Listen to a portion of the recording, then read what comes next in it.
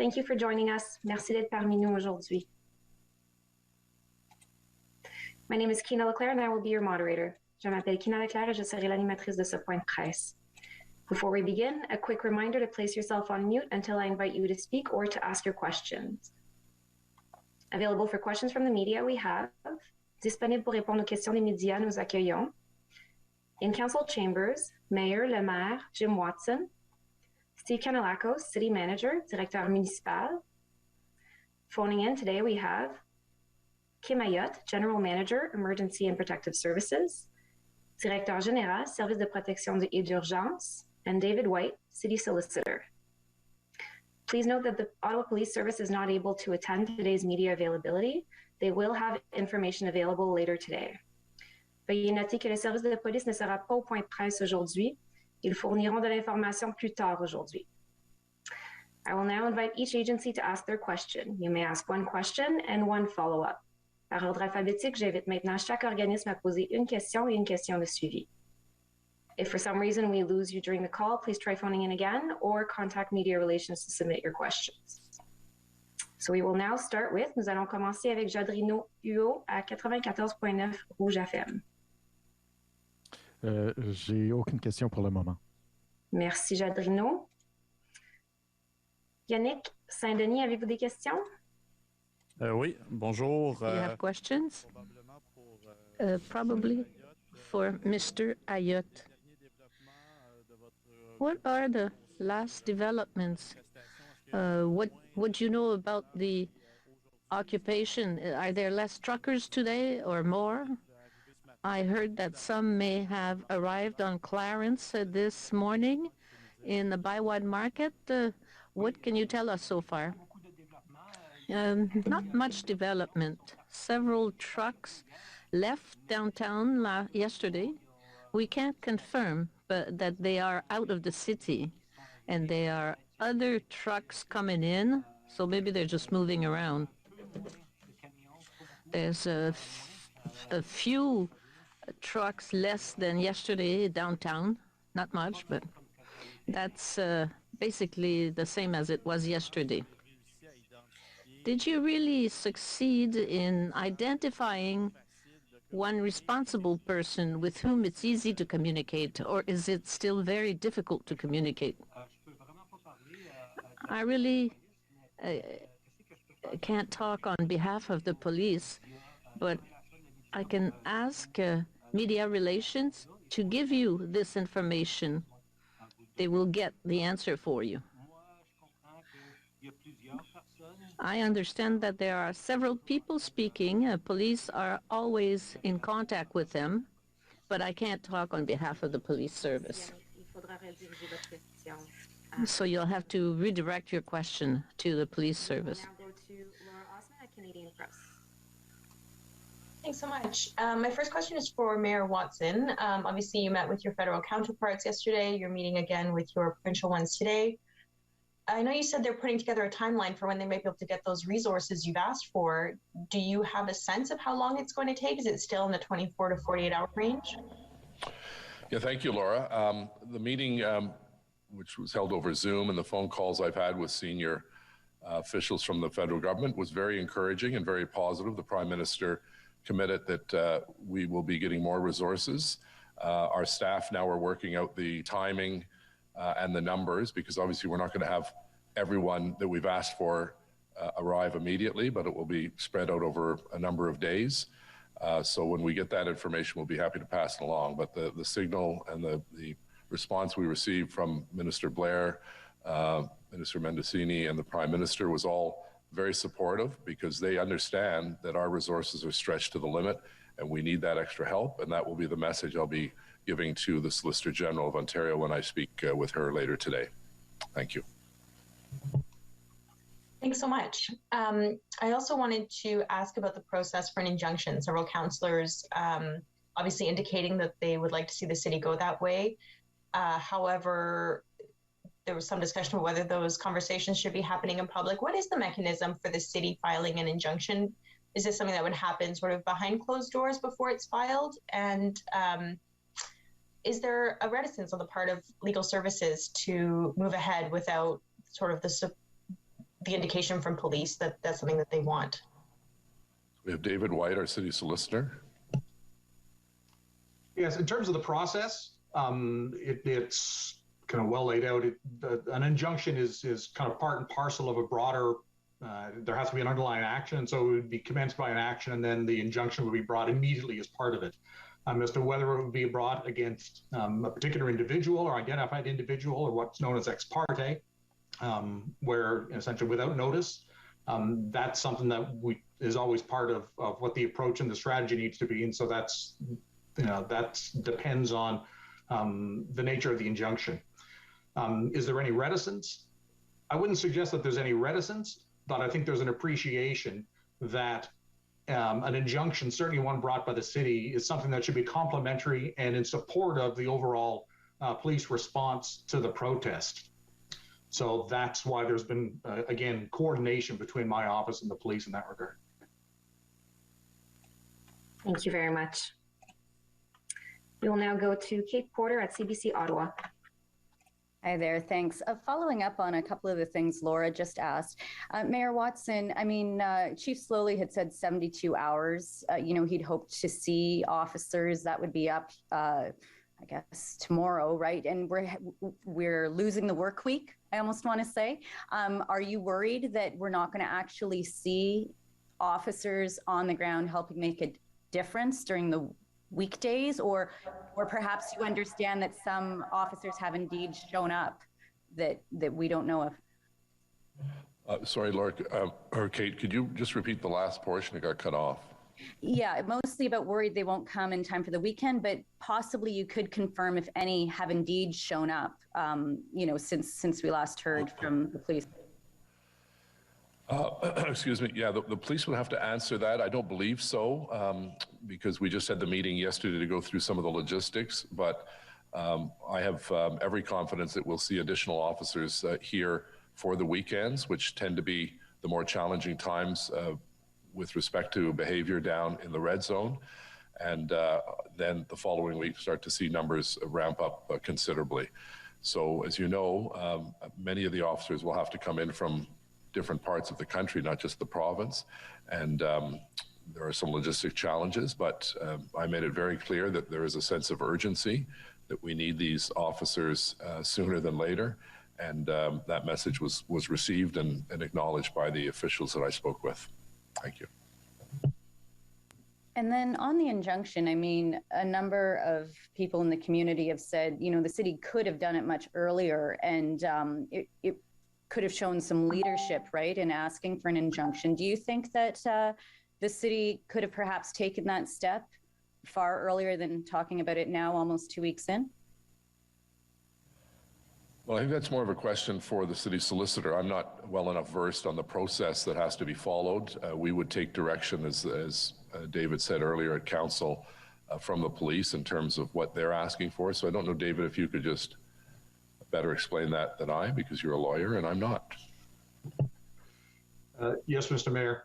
Of course, the application for an injunction, the move to restrain some behavior that's going on is something, again, that I think the city would considers very carefully.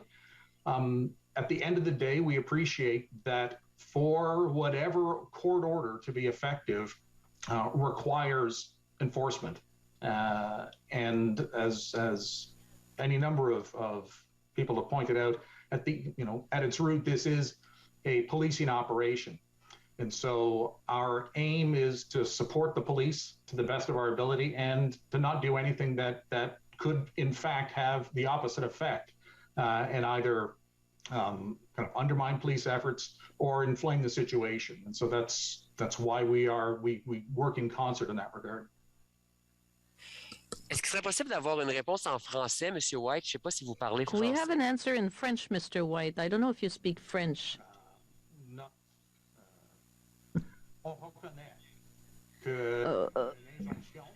We recognize that an injunction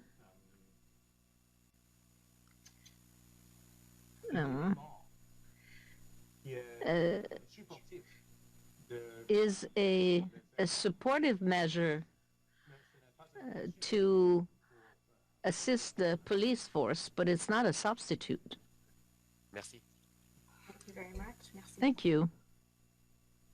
We will now be going to Stephen Hoff at CBC National. Hi, thanks for taking my question. I'm wondering why it seems that as soon as the protesters seem to be hopscotching around the city and setting up camps at different parking lots, why are they being allowed to do this, and why isn't the city taking more steps to keep them from setting up what seem to be supply depots and parking lots around the city? Hi, Stephen. Steve Kanellakos here, City Manager.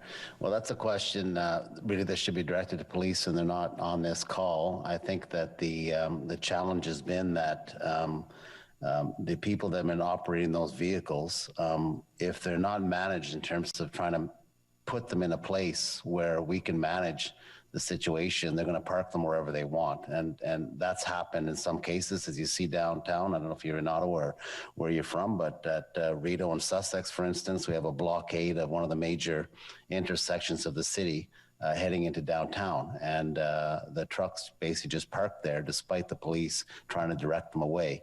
So the wins that the police try to get is that they try to put them in a place where it's manageable, versus them parking them all over the different types of streets, downtowns, and residential neighborhoods, causing further disruption. Because the trucks are here, they're not leaving, and they're choosing to stay. And if they're going to stay, we're trying to mitigate as much as possible the disruption that they can cause by basically parking and leaving their trucks wherever they want. And so that's been the challenge for us when you have so many vehicles that have come into the city all at once. And police, I think, have been doing their best to try and keep them from growing onto the traffic thoroughfares and keep them away from that. And unfortunately, once they stay, they start turning into gathering places for the other protesters. And that's the issue the police are dealing with, and they tried to deal with the other night at our baseball stadium, where they at least were trying to get some of the supply lines and to mitigate the impact of that group that have basically encamped there.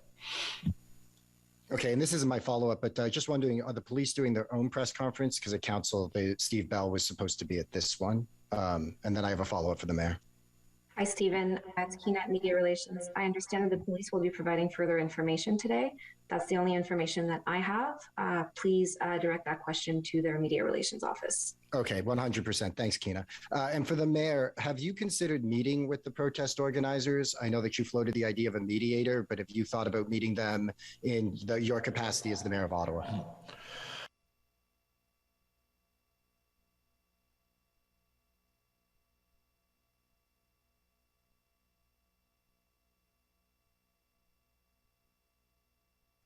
The short answer is when all of the vehicles are out of the downtown core, I'd be happy to meet with them, but I'm not going to reward bad behavior by giving them a meeting that they would use for political purposes. If there's nothing in it for the city or the citizens of this community that have suffered greatly as a result of their outrageous behavior. So move the vehicles and then you can come to City Hall, we'll have a meeting. I'm not sure what it would accomplish because, as you know, the mandates are governed by the provincial government and the federal government.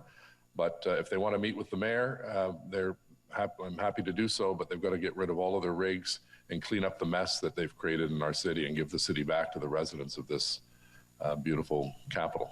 Thank you. Thank you very much. We'll now be going to Alex Gouge at City News. Hello, I just have one quick question for Mayor Watson today. Given the proximity of the new encampment at 1500 Bronson, since Carleton University is just across the river and so is the Brewer Arena Testing Center, does this bring any concerns to you? I think as the city manager indicated, all of the options in terms of where to put these vehicles are not great options. We're overcrowded at capacity in the downtown core, and the police made the decision that we have to get them parked in parking lots as opposed to blocking streets like they tried to do yesterday with Metcalfe Street. So it's the lesser of many evils. I don't like seeing it going into those neighborhoods, but better to have them cordoned off in one particular area as opposed to trying to go down a narrow street in Centertown, blocking emergency vehicles and the like. Thank you. Thank you. That's my only question today. Thank you, Alex. We'll now be going to Ted Raymond at CTV Ottawa. Hi there. This question is for the mayor.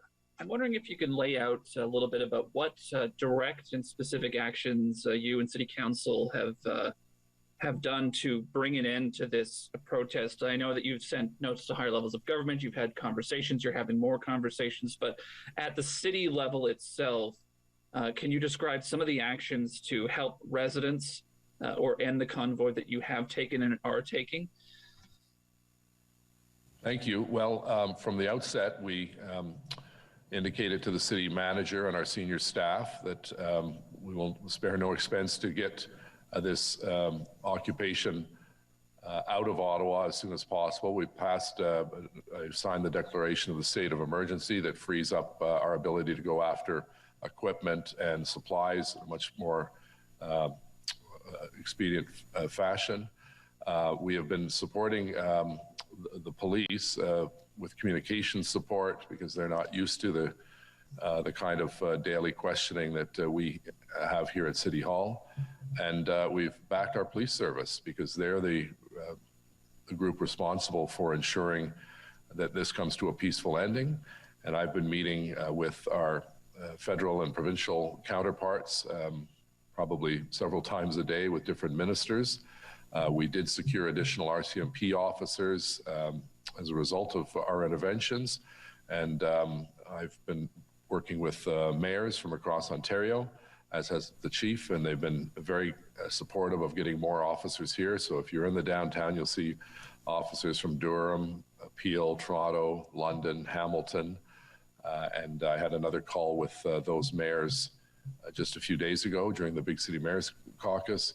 And they have all pledged whatever help they can give, that they will. And those people are arriving literally every couple of days to help us and to give some relief to our police officers. Thank you. Okay, thank you. And my follow-up, I guess, would also be to you, Mayor Watson, just with the police not present today. If the 1,800 resources, like the full complement, doesn't arrive, if we get fewer than that,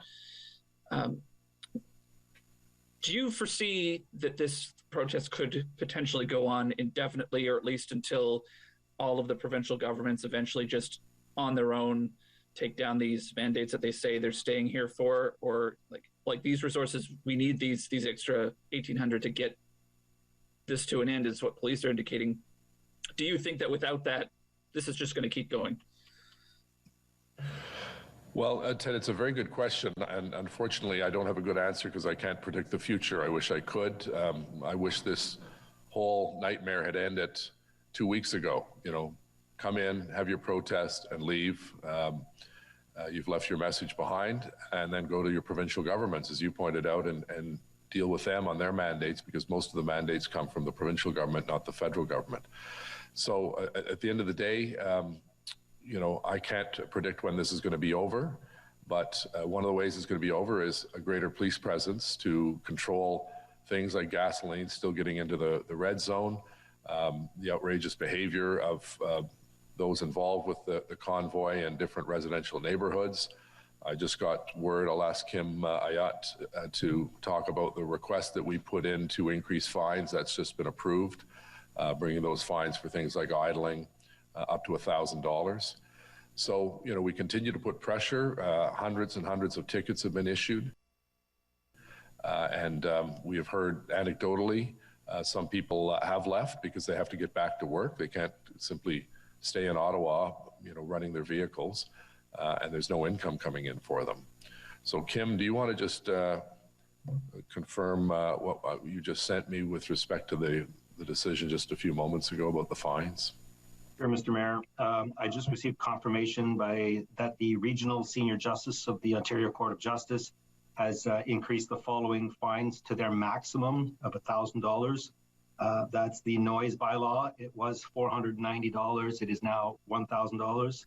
The idling bylaw, it was $100. It is now $1,000.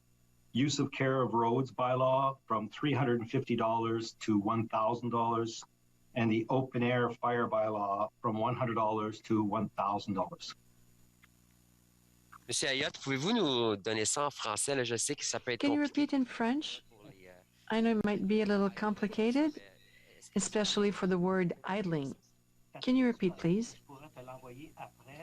Can I send you this information afterwards?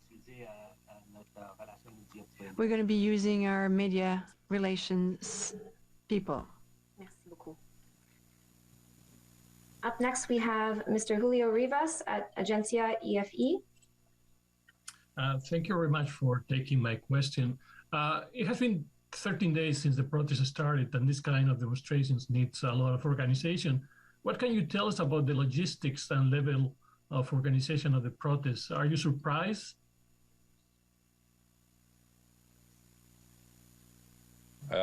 Sorry, who are you directing that to? And it didn't come across very clear, the last question, sir. Sorry, Mayor. It could be yourself. And the last part of the question is if you have been surprised by the level of organization of the protest.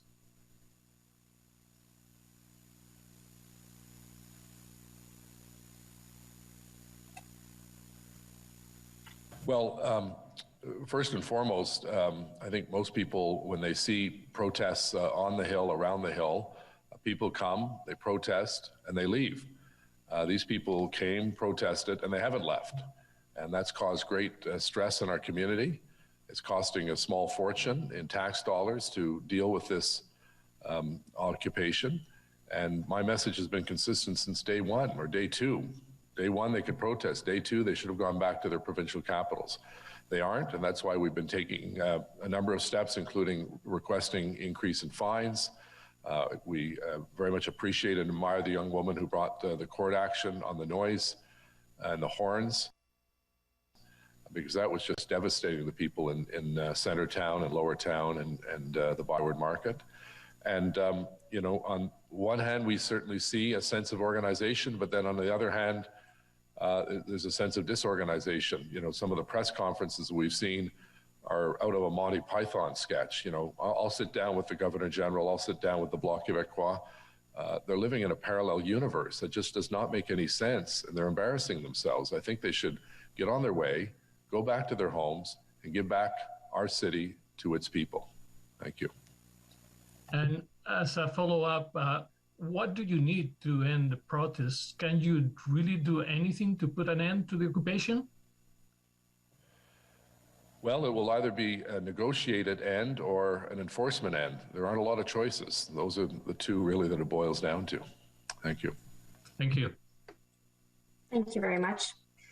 Moving on, we will go to Craig Lord at Global Ottawa.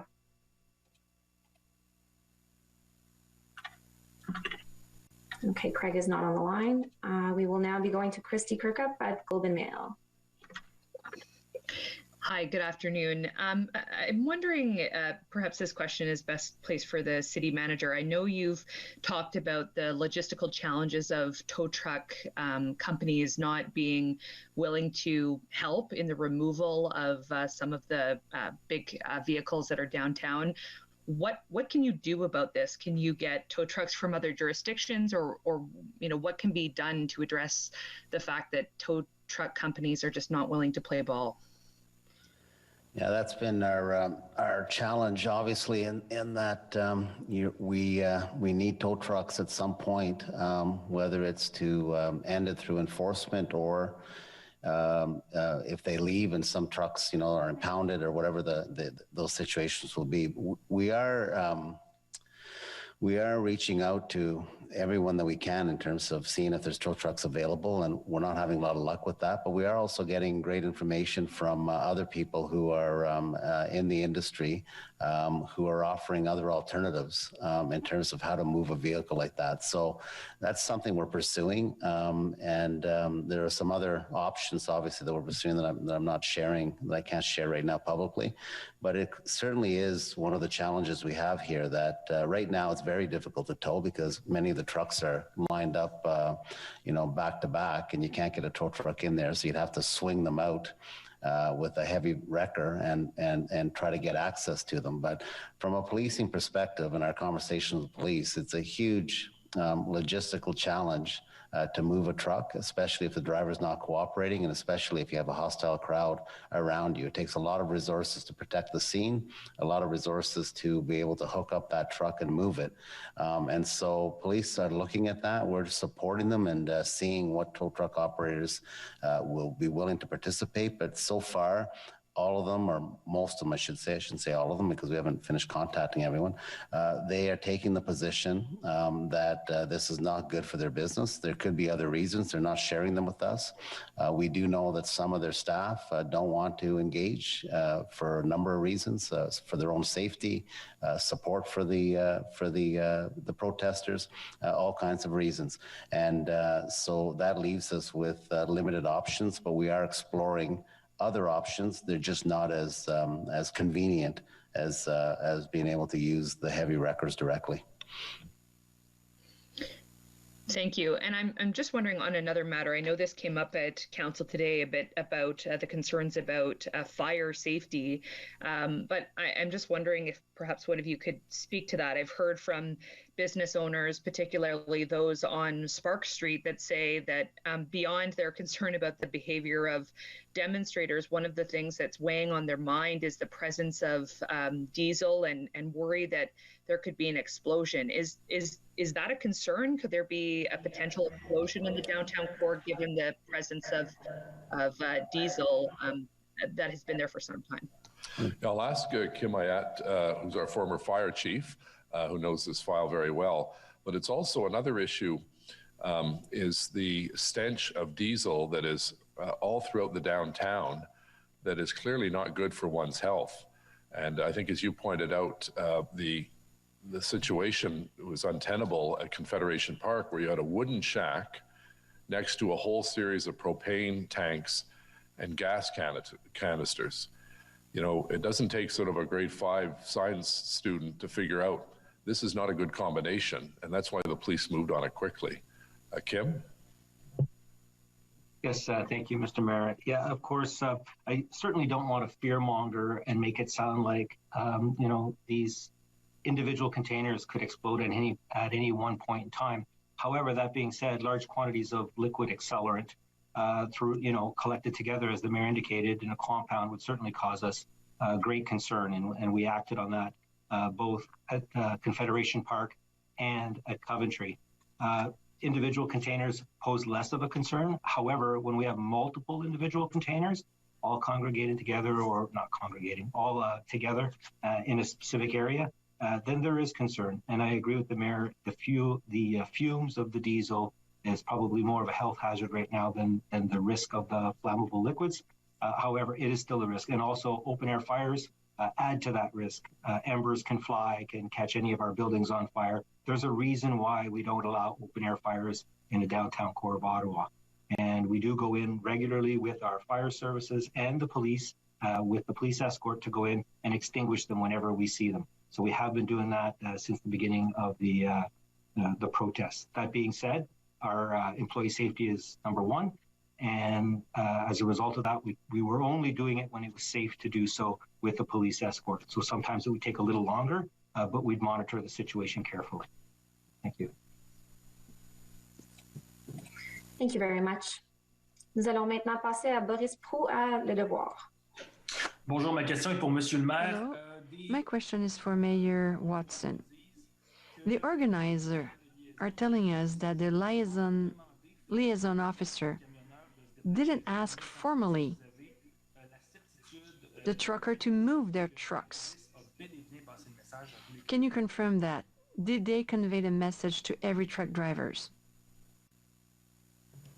Oui, la réponse est oui. The short answer is yes. We sent that message more than once, and we also gave them parking tickets. I'm sure that the drivers do understand that it's illegal to park on a sidewalk on Wellington Street. They know well the laws. police agents are asking them to leave Wellington Street, and they're refusing. And that's the reason why we gave a lot of parking tickets, because this is against the provincial laws and municipal laws. Follow-up question? There might be a little bit of confusion because we do not have a rep within from the police. Do you have any insubordination issues? Do they really obey your orders on the ground? Once more, this is a question for the Ottawa Police Service. It's for OPS. I can't answer. Thank you so much, Boris. Please do get in touch with the media relations from SPO. Julien Paquette, Le Droit. It's a question for Mayor Watson. Today, you voted to cancel all meetings until February 18th. It was also a proposal that was made on Monday. What changed since Monday? Because this time this motion was accepted. A priority for me and more than half of the elected is that the planning committee's meeting will be held tomorrow. And we have one element that is very important on the agenda, which is the Civic Hospital. Councillor McKinney accepted our proposal, and then we're canceling all other meetings. For example, right now in the Environmental Committee's meeting, there were not too many topics on the agenda. So we have consensus.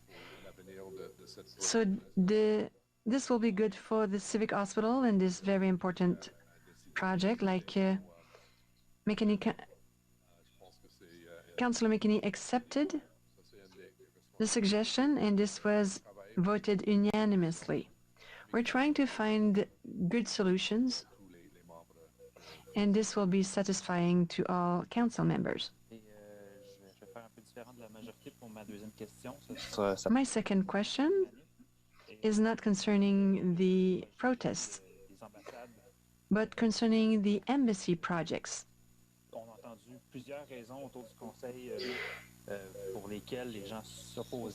Many reasons were mentioned today by people opposing to that embassy project.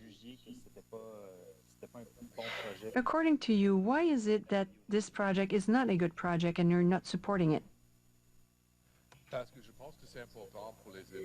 I do believe that elected have to protect green spaces within Ottawa downtown. We don't have so many green spaces here. So this is actually a park used by the residents from Mechanicsville. That's the reason why I voted against this solution. I think the NCC need to find somewhere else for these embassies. At the same time, we have to protect this green space. This is a priority for us. Thank you so much. Ariane from La Presse, go ahead. Ariane? Thank you so much. I just arrived, so maybe the question was already asked. When we were talking about towing, do you think the militaries is a solution? Did you thought about that? Was it one of the options? I think Kim Ayotte will answer this question, as well as the general manager. Actually, this question was answered 2 hours ago during the meeting, but I will complement. Thank you for your question. As it was discussed during the council meeting, if we're requesting military equipment, it's exactly the same thing as asking military aid. Right now, we haven't reached that point. And we actually need the authorization of the federal government. There's a process to follow. So we can also ask aid from the province.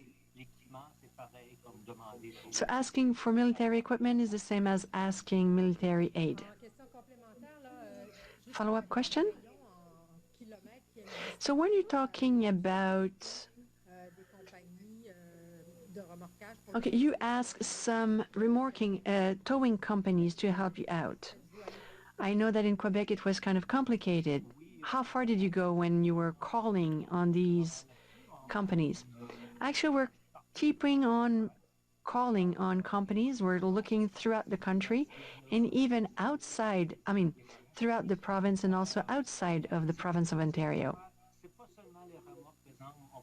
We're not only having a problem with towings, but we have other options that are under discussion right now with the police service. We can't provide you with details for now. So even though we can't find towings, we might be able to do something that will be pretty similar. Thank you. Thank you, Monsieur Ayotte. Thanks, Kina. Mayor Watson, what will you be asking of provincial officials this afternoon? And which upper level of government do you think has the power to help the municipality the most in ending the protest?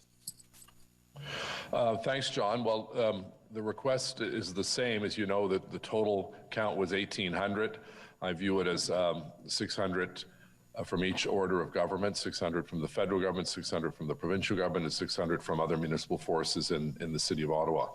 With respect to who has the power to end this, it really is a joint responsibility between the two orders of government. As you know, we are creatures of the province according to the Constitution, so we have to rely on their support. And obviously, this is an international issue when it comes to the mandate going across the U.S. border, so the federal government's involved. So it really has to be all hands on deck. It's not a question of trying to parse out, well, is it this much the federal government or the provincial government? The bottom line is that we're caught in the middle and we need to all be moving in the same direction. So certainly the call I had with Premier Ford a few days ago where he said, whatever resources you need, we're there to deliver them. And I look forward to that conversation with the Solicitor General later today, just as I had a very positive response from our colleagues at the federal level. And now we have to work out the logistics, because it's one thing to send a letter and ask for 1,800. It's another thing to get the troops and not the troops, but the boots on the ground here in Ottawa. So we want to do that as quickly as possible in a staged and managed aspect. Thank you. Thanks, Mayor. And for Kim Ayotte, do the new set fines apply only to the protest-related enforcement activities? For example, are those fines also applicable to Canada, Orleans, Barrhaven, and the villages? And if I could ask just a second part of that question, have officers been issuing multiple tickets to the same offending vehicles related to the protest? Thanks, John. Yeah, no, these set fines are related to the protest. So it is for the downtown area and any of the protesters specific. That's how it was requested. I haven't actually seen, so I just got notification that they have been approved. I haven't actually seen whether there's any conditions to the approval. So, well, we may have more information for you as time goes on. And with regards to your second question, sorry, what was it? Yeah, no problem. I'm just wondering if multiple tickets have been written for offending vehicles in the protest area. Yeah, I'd have to get back to you. I know we wrote 154 tickets yesterday in the red zone in the area. So I can certainly get back to you on that as well and get more information and provide that to you. Thank you. Thank you. Just anecdotally, sorry, Kim, just to John, just anecdotally, when I was in the red zone the other day, I saw one pickup truck that had 3 or 4 tickets in the windshield. So I think they are going back because, you know, I think we need to make the sting a little stronger for these people to understand that, you know, by the way, you don't pay your tickets, you're not going to get your license renewed. Certainly in Ontario, that's the rule. Thanks. Thanks, Mayor. Thank you. We'll follow up with you, John. Nous allons maintenant passer à Frédéric Pépin, Radio-Canada. Frédéric Pépin, Radio-Canada. Go ahead. Ce serait pour vous, Monsieur le Mayor Watson, I know that you already talked about that. You talked about the injunction. We saw on social media that residents were wondering, why isn't it that the City of Ottawa didn't act before a private citizen? She used her own lawyers. So why is it that the City of Ottawa didn't ask for an injunction first? Was it something you didn't think of?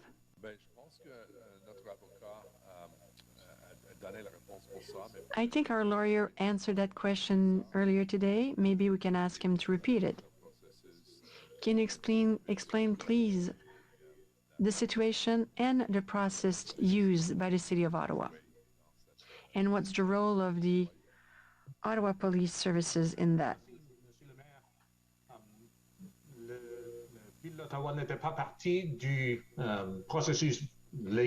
The City of Ottawa didn't participate in this legal process with this injunction from a private citizen.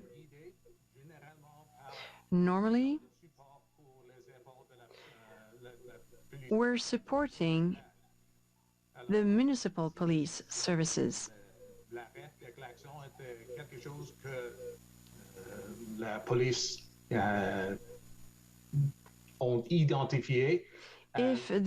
If OPS thought that an injunction will help them, then yes, this is something we would have done.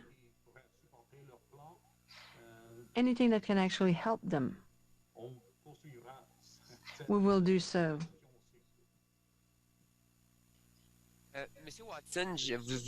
Mayor Watson, you talked to the Prime Minister Trudeau yesterday. Yes, of course, you requested some help and you possibly talked about military aid. Did it went further, such as what kind of strategies could you use to end the protests? What were the main topics discussed with the Prime Minister?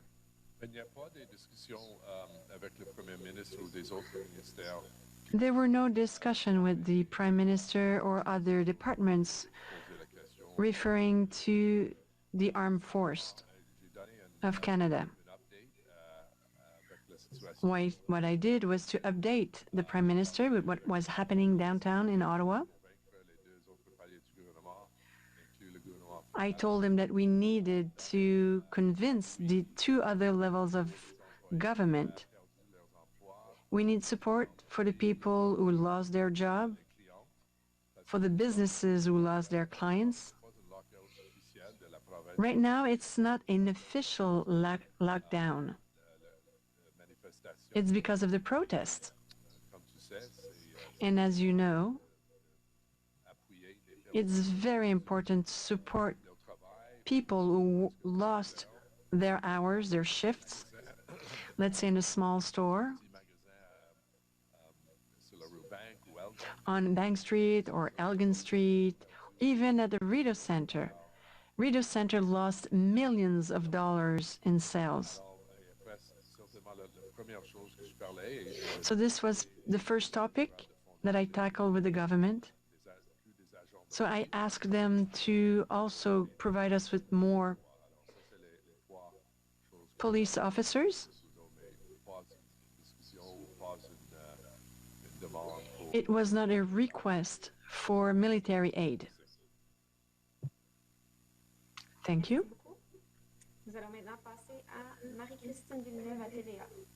I'll give the floor to Marie-Christine Villeneuve from TVA.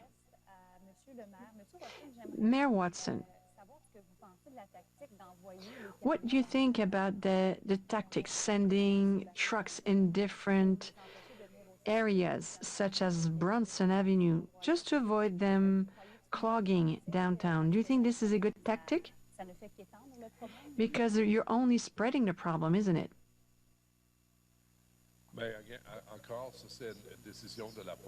Once more, this is an OPS decision. We explained the situation. There's no more space downtown. Trucks are coming in, it's better to have one specific parking place for them. It's not the best solution in the world, but we don't have much choice right now. Residential streets are clogged downtown Ottawa.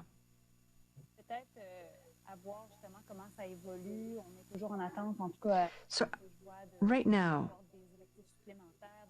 you're waiting for extra help before you can move on and put an end to the protest, to the occupation. According to you, do you think that we can have a solution within the next few days?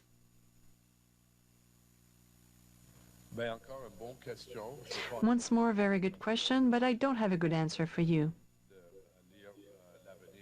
I can't predict the future. Like I said, the sooner the better.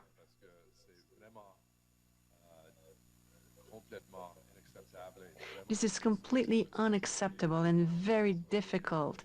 This is having an impact on the health of our residents downtown. So it's time to say to the organizer to leave and say goodbye. This protest has been going on for too long. I hope we will be able to convince them to leave the City of Ottawa. It's a difficult situation. The solutions are not easy. Look at what's going on in Windsor, Detroit, what's going on in Alberta, Coutts.